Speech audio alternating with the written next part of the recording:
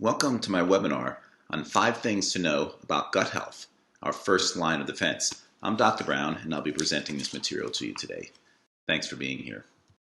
So, number 1, just what is gut health anyways? Gut health refers to the balance of microorganisms that live in both the upper and lower digestive tract.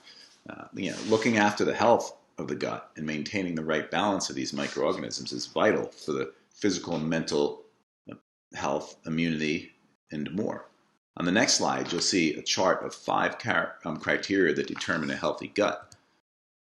Now, one of the reasons I really like this chart, and this chart was put out and published by BMC Medicine, is that it actually takes into account the WHO's definition of health. And in the WHO's definition of health, they state that health is not just the absence of disease, but it's the presence of well-being. And I believe that this chart here is very comprehensive in that approach and really does cover the aspects of lack of disease process, but also incorporates some of the more quality of life issues, such as a normal quality of life in terms of the status of well-being at the bottom there. It's a really helpful chart, and I was really glad to find this chart available. It was very well done. Number 2, the gut is our first line of defense. Upward of 60 to 70, some people will say as high as 80% of our immune system resides in our gut. This elaborate and awe-inspiring system speaks to how important it is for us to tend to that gut. The number of bacteria in the gut outnumbers the total number of cells that make up the human body. We need these guys, at least most of them. Balance is key. Assaulted constantly with what we choose to feed ourselves, yes, we do have something to say about our gut health. So what we put into our system is what eventually ends up in the gut, and we can choose to either put into our system foods that will support and nutrify the gut and the immune system that lines the gut, or those that will corrode and have a negative impact on those systems in the gut, essentially to the immune system as well. It's very important to remember. The gut, again, our first line of defense. These are just some numbers that really point out the nature and the importance of the gut in terms of immunity and defense from toxins outside of our body that may enter our body either through our food, our respiration, the air we breathe, the water we drink, and even through our eyes, the amount of input we take in around us. Some is positive and some is negative. That can also affect the gut. We all know that stress can have a huge effect on the stomach, the gut, and just how we feel there. Let's see. Number 3, there are many common chronic diseases that originate in the gut. As a matter of fact, here's a list of some of them, and the list can go on. But there are, in fact, is overwhelming evidence now, scientifically based evidence, strong evidence, suggesting that the overwhelming majority of the chronic diseases that we see today, and they seem to be increasing on an ongoing basis, probably due to a lot of environmental factors that we can discuss some other time, but that these chronic diseases are really tied into the health and well-being of our gut and how well that environment is established and functioning. Number 4, the primary, number 4, poor soil in the garden, a leaky gut syndrome. So this section is about leaky gut. And as mentioned earlier, the gut lining is fragile, it's delicate, it's a single layer of cells with an abundance of other stuff like bacteria and yeast. This ensures that we don't allow the unwanted entities to enter our body. This intestinal barrier is literally the boundary between the inside of the body and the outside of the body. It's in a sense can be thought of as a continuation of our skin. Our skin surrounds the outer body, but then involutes into the gut and all the way into the intestines. It is a barrier to the outside world, and it needs to be selective in terms of what it allows in. Okay, and that is one of the huge challenges around maintaining gut health. I refer to this lining in the microbiome that resides there as the soil of the garden being the gut itself.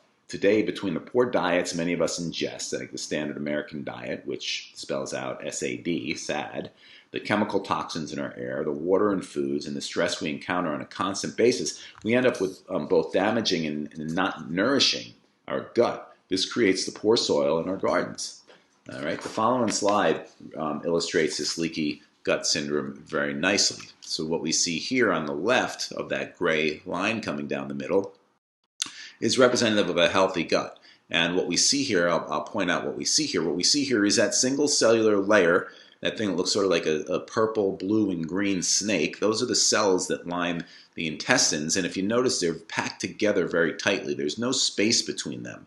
And then there's that blue fluid. That's sort of like that barrier, okay? And then we have the probiotics that surround that lining as well, and they're doing the job of maintaining a healthy environment in the gut so that those cells can thrive.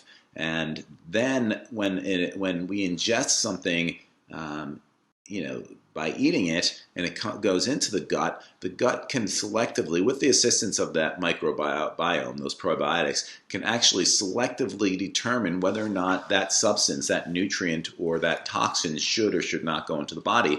And at that point, it signals the lining to create an opening for those elements to go into the system if that's been determined, and that would be our nutrient for the body. On the right of this, we see leaky gut, and what's most evident on this is that there's been a breach to the lining. Those cells that are represented in sort of an orange-red down there in that valley of cells has been breached. It has been damaged, okay, most likely through toxins and poisons and poor water and air and so on and so forth, to allow for there to become literally a leaky gut. And then you see the inflow of all of those damaging particles going into the body, and this taxes the immune system greatly and oftentimes overwhelms the immune system and can lead to autoimmune illnesses, can lead to chronic diseases, and that is the origin of those chronic diseases that we looked at on the earlier page, or the earlier slide. So the leaky gut syndrome, over time the gut's continually bombarded, as I had said. The good news is that we do have control over this. This thing we now call leaky gut helps to explain what I said on slide 6 about those diseases. This assault on the soil allows for gaps to occur, okay, as I was saying, and then the bad stuff can enter into the body. When this happens, these bad guys target specific organs and systems of the body, and there you have those chronic diseases. Some will target the joints, creating arthritis. Some will target the nerves, creating a potential dementia. Some will target the lungs, thus things like asthma. Okay, so all these diseases are being shown to have an origin in the gut and the environment of the gut. Number 5, I have a system. There's a system referred to as the 4 R's.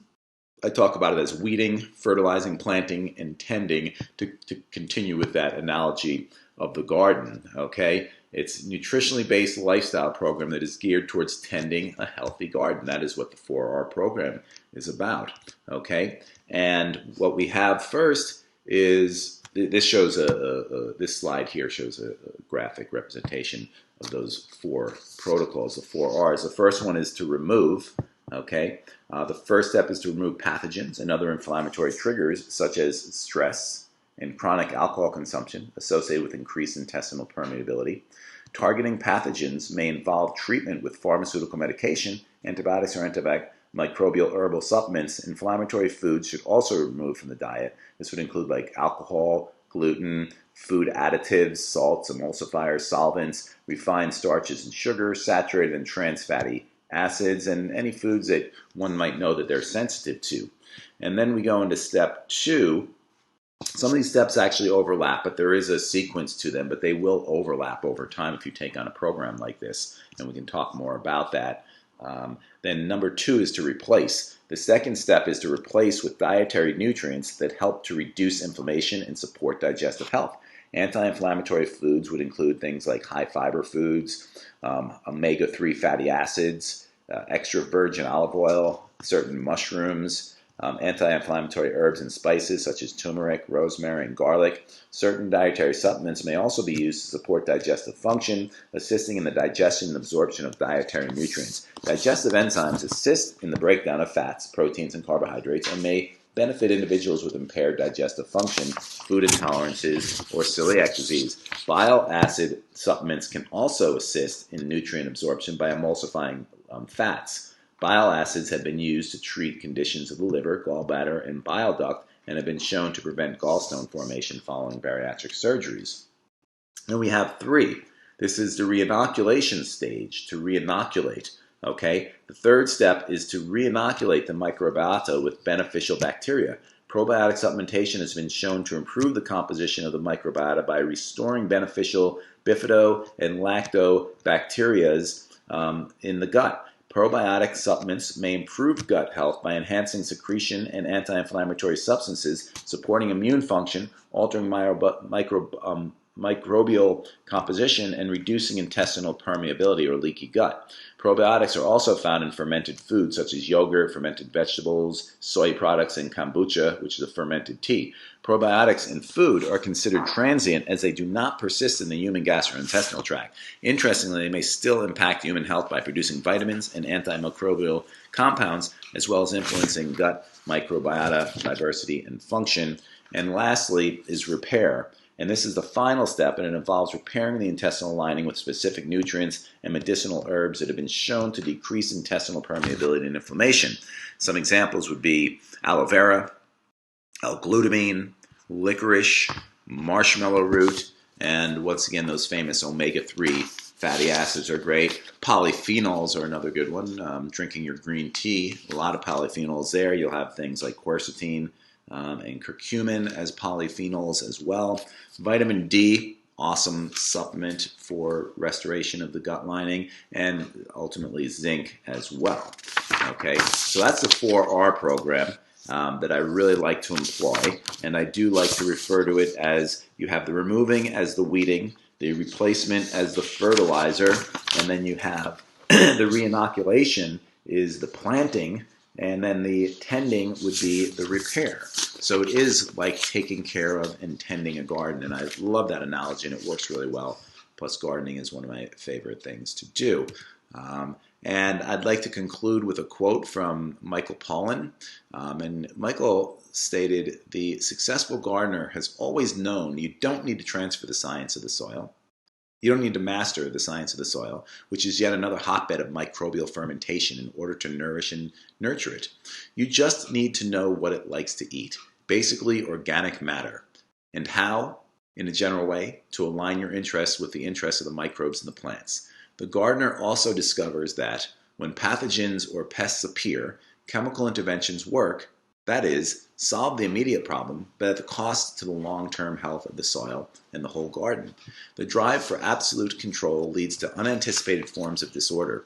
This, it seems to me, is pretty much where we stand today with respect to our microbiomes, our teeming quasi-wilderness. We don't know a lot, but we probably know enough to begin taking better care of it. We have a pretty good idea of what it likes to eat and what strong chemicals do to it. We know all we need to know. In other words, to begin with modesty to tend the unruly garden within." And that's the end of that quote. Michael Pollan is also famously known as saying, what should one eat? Well, one should increase vegetables, increase fiber, and eat only what they need to eat.